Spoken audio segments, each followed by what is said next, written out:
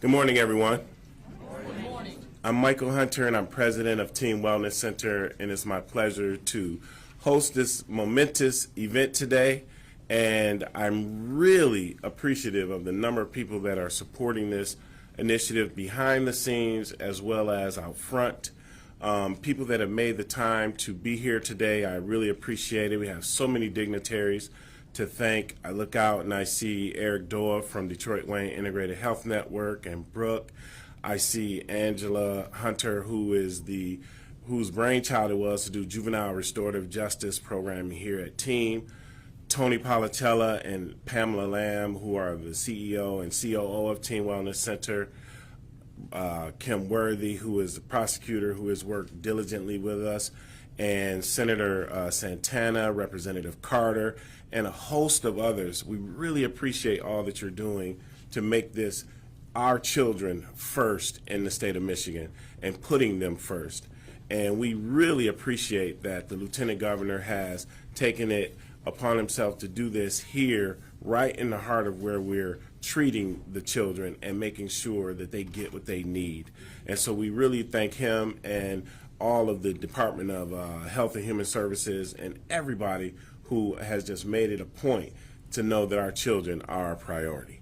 So without further ado, I'm going to turn it over to Representative Brenda Carter. Thank you again for being here this morning.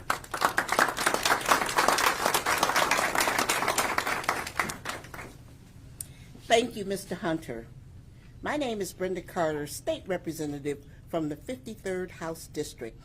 I'm also a founding member of the Criminal Justice Reform Task Force, and I proudly sponsored House Bill 4625 in the Juvenile Justice Package being signed into law today. My legislation is a direct recommendation from the task force, which amends the Juvenile Diversion Act and will now require the use of risk screening and mental health screening tools before a diversion decision is made on a minor. Children in juvenile detention face immeasurable odds during their formative years while incarcerated or in detention, or even after they made their return to society. This bill will ensure children incarcerated or in juvenile detention have every opportunity available for proper assessment and assess crucial mental health services. These tools can help in crafting the plan of support for these children, equipping them with opportunities to change the trajectory of their young lives, returning home to their families, and coming back to our communities and not returning to the system. It's now my pleasure to introduce my colleague, Senator Sylvia Santana, to speak about her bill in the package. Senator Santana.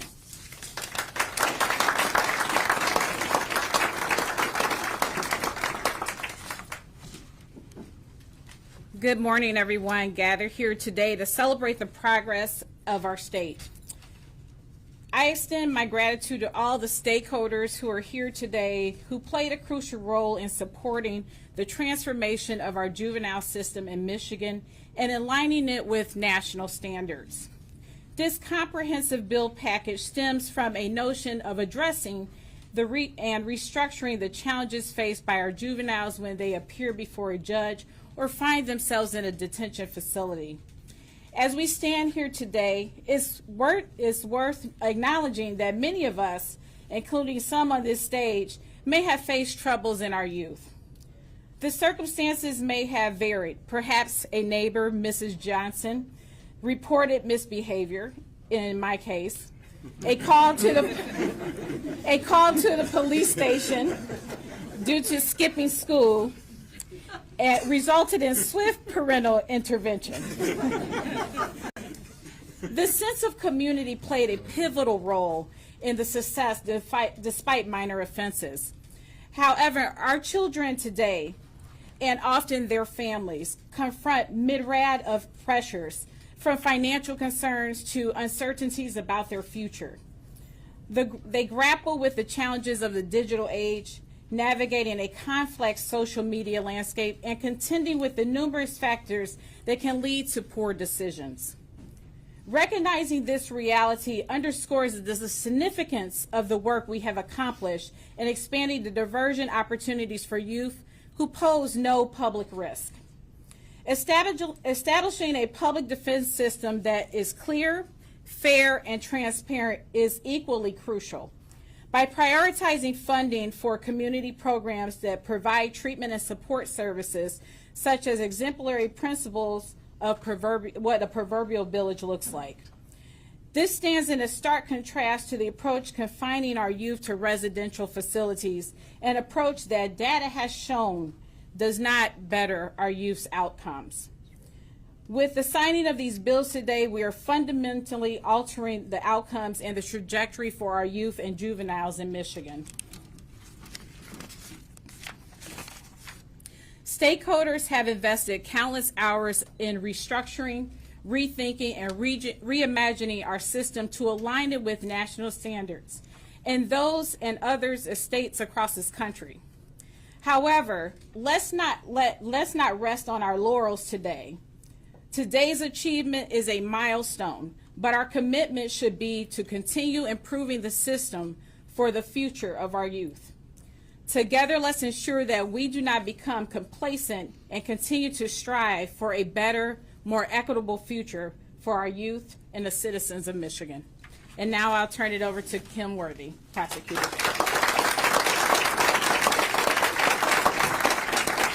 Thank you, Senator Santana. We've been working together on a lot of things lately. Before I start, I want to just recognize my colleague, one of my favorite people, Karen McDonald, who is the Oakland County prosecutor, who was actually on the task force that did the work. Thank you. I want to just highlight a few of these positions in these bills that really affect prosecutors, and I think in a good way. I really like the language of House Bill 2625 that we require, and I'll tell you why in a minute, that we require the use of risk screening tool and a mental health screening tool for juveniles before they're diverted. I'm extremely supportive of this. It requires that these tools that are research-based and nationally validated, and that the results of these tools be filed with the court. We at the Wayne County Prosecutor's Office already use a national recognized assessment tool, the Juvenile Inventory for Functioning, and I hope other offices will continue to do the same. This requirement is in line with what you ask us to do here. I also wanted to just briefly mention a couple of other points. House Bill 4626 mandates that the diversion time period from acceptance to treatment program end must not exceed 3 months. And a lot of people look at this and say, how can we treat these youth in 3 months? But it can be done. This is something that we do on a regular basis, but there is the option when we determine that more time is needed to get the youth where they need to be to complete the program. This requirement does not impact the success. In fact, it adds to the success. So I'm glad that there are time periods so our youth don't languish in these programs longer than they have to be. And the last thing I want to mention, and I think this is critically important, it also talks about House Bill 4633. And this House bill revises the factors considered by the court for both adult traditional waivers and designations. But I think the important thing is that it gets rid of the use of status offenses, which I think is very, very important, and it adds factors, the use, mental, emotional maturity, which is an important factor for us and the judge to look to, and the availability of additional youth rehabilitative services. These added will give us an enhanced view of what we're looking at, be able to enable us to help the youth even more, and I think it's necessary, especially in today's climate with everything that we face pre and post pandemic. So as a prosecutor as the prosecutor in the largest county in Michigan who sees a number of youth each and every day, we strive hard with our 8 diversion programs to make sure that we distinguish the ones that are dangerous and need protection from themselves and others, and ones that can be completely rehabilitated. And I think these bills add to that effect. Thank you so much.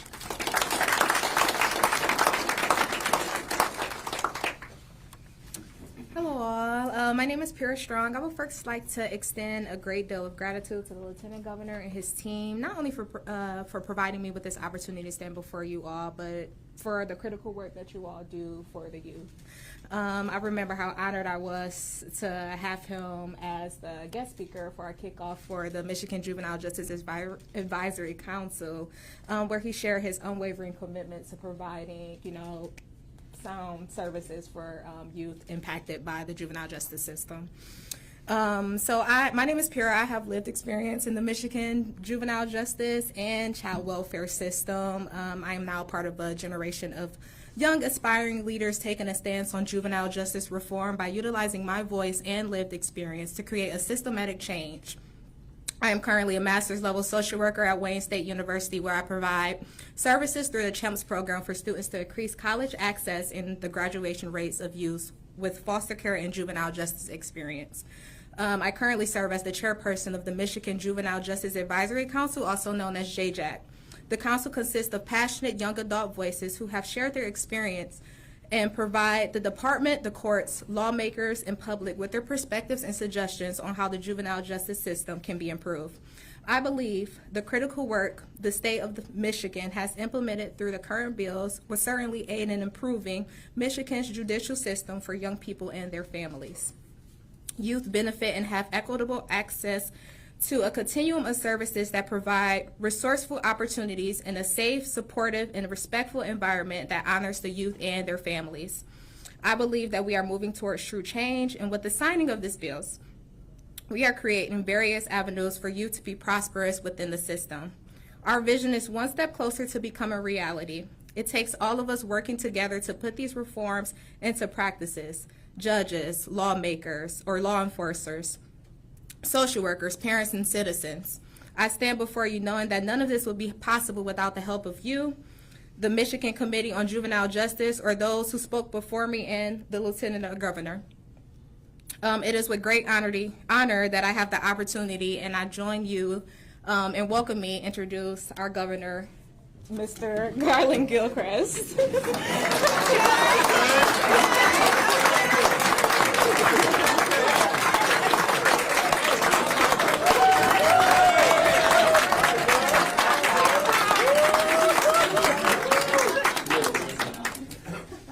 So first and foremost, I want to give Pyrrha another hand. Please, can we congratulate her?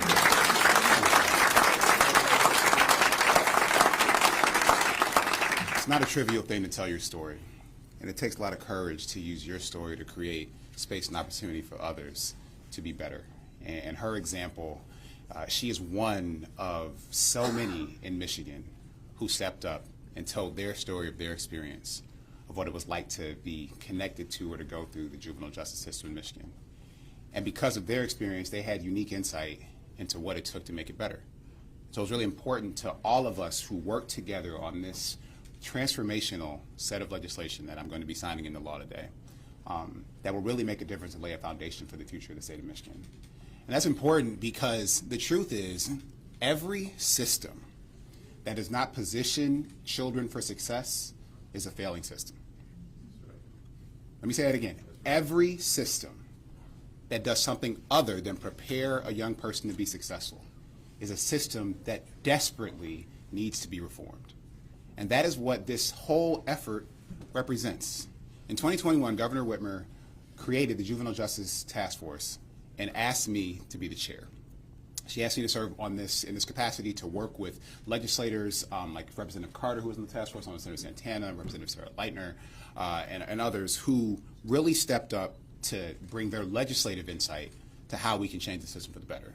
But there was a wide array of stakeholders who participated in that. Justice Clement on the Supreme Court, who's here with us, was one of the key leaders of that task force. We had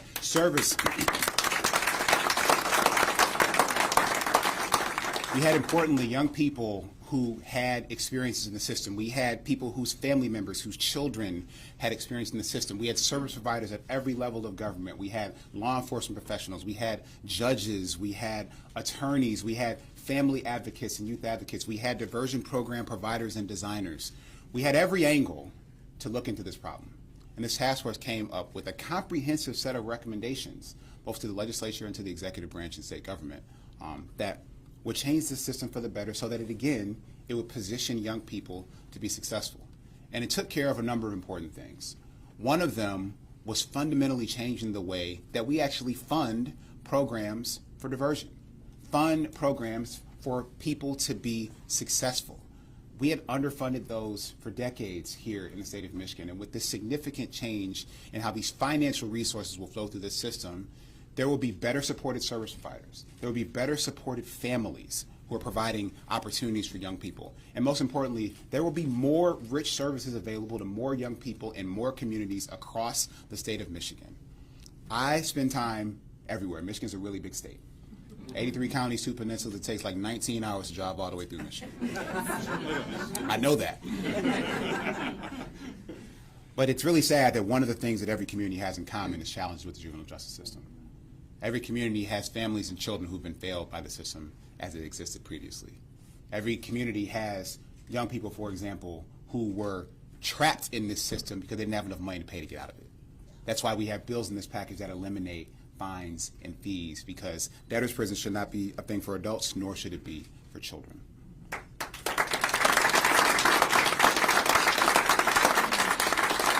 We're actually promoting the kinds of diversion services, and to be more specific, when I say diversion, basically what it means is there are a lot of things that you can do to help a person besides lock them up. And so we need to have more options. We need to have more choices. Those choices need to be better supported. And this provides a pipeline and a pathway for more of those services to be available for more people in Michigan. It will raise the standard, the basic standard that's available for diversion across the state of Michigan. It is amazing that diversion services are available to the level that they are here in Wayne County. It's amazing that they're available to the level they are in Oakland County, but they're not available equitably across the state of Michigan. This will help to right that wrong, because again, whether you are a young person in Alcona County or Delta County or Macomb County, you have the same rights to success, the same rights to a future, and this will help make this happen. And I want to highlight also something that Prosecutor Worthy brought up, which was the use of risk and mental health screenings and assessments to be able to design solutions that make sense for individual children. For too long, we've treated every person who had made every mistake in the same way, but this actually will be more responsive to the human needs, the situations, the contexts, the circumstances of individual people. And ultimately, when our systems are at their best, that's what they're about. We don't need one-size-fits-all system, because all of us are different in Michigan. Our diversity is something that's really important and that we celebrate in so many other realms. We should also use that as an opportunity to provide better services in the justice system that will position people for civic and economic life going forward. We can build systems that respect people's humanity, their dignity, and their diversity. And all of our criminal justice reform efforts that we've done since taking office, and I've had the pleasure of leading on a bipartisan basis, have done just that. We've worked to reduce people's contact with the system in the first place. We've worked to make sure that if you are in contact with the system, that you're actually treated like a human being. You have the full complement of your humanity during that experience. And most importantly, and it's worth reiterating, we want to position people for success when they are finished with that system, and that system is finished with them. So that they are not tempted, they are not re-entered into an environment that makes it easier for them to commit another crime than it does to do something that will put them on a path towards opportunity, towards education, towards housing, or towards success. And so I want to close by telling some stories, because we heard from so many young people who, again, either are currently in or have gone through in the past our juvenile justice system. And I want to give you some quotes specifically from a program called Cycle Breakers at the Midland County Juvenile Justice Center. We heard from a 17-year-old that said, first and foremost, thank you for being a part of my life in this journey.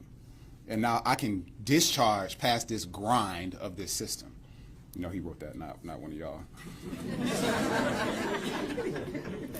There was a 16-year-old young woman who said, thank you for teaching me that I can be more than what happened to me.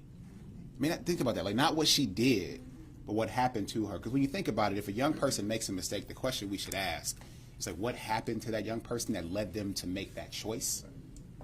Not to solely be focused on how do we punish this person to the fullest extent possible. That is the shift in mindset that this reform represents.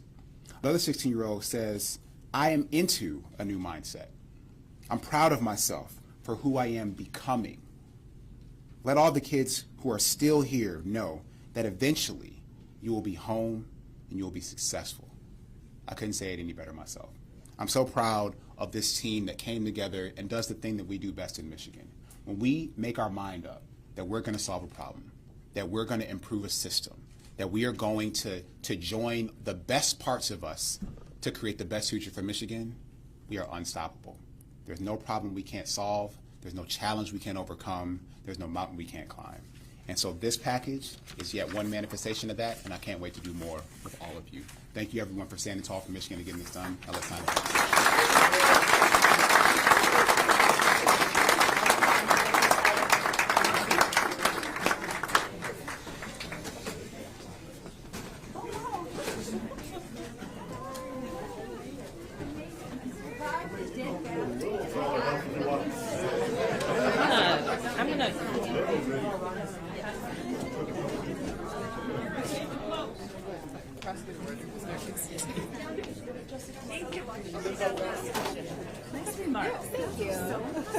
Can you be seated? Hi. Yes, I'm good. I'm good. Yes, we ain't probably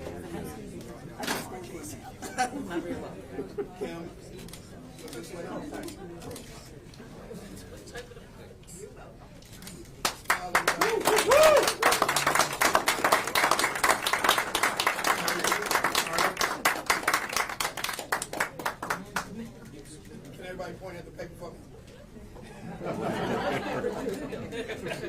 Everybody. Be up in front of me and this over here. There we go. Any other members from the task force? We're going